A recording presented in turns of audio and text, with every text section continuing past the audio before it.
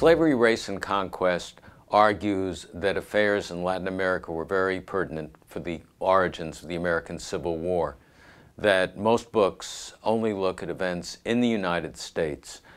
My book argues that, in fact, things that were happening in Central America, Mexico, Cuba, and elsewhere affected not only the coming of the American Civil War, but also the Lincoln-Douglas rivalry that was at the heart of it. I was startled several years ago in rereading the Lincoln-Douglas debates to find out that they weren't just arguing over slavery in Kansas and slavery in the West.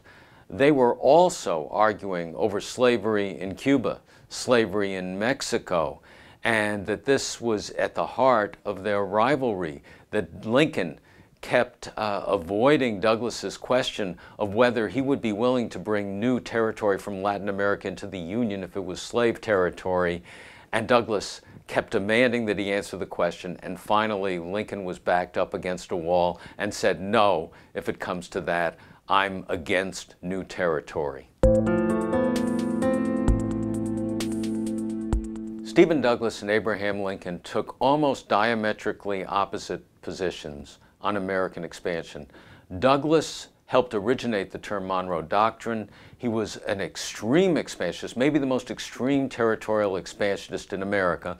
Lincoln opposed the Mexican War, and he opposed slavery's expansion southward. Douglas was willing to allow it to go southward.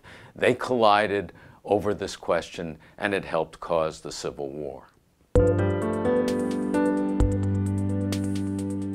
Most books about the causes of the American Civil War don't mention Cuba, they don't mention Mexico, they don't mention foreign policy at all.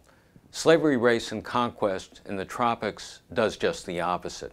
It argues that you can't discuss the 1860 election without knowing what was going on in the time in places like Cuba, Mexico, and Central America, and you can't understand the Lincoln-Douglas rivalry for president and that year's specific presidential election without understanding how their attitudes about these developments in Latin America affected their campaigns and the campaigns of their two political parties.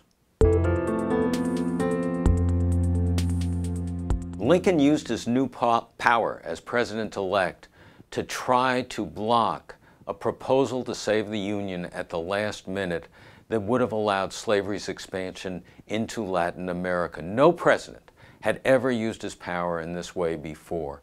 Lincoln pulled strings in Washington to block this.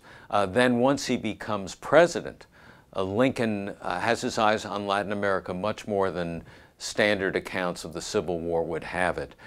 He's the first anti-expansionist U.S. president in a long time, the first one who has not tried to conquer or gain land in Latin America in a long time.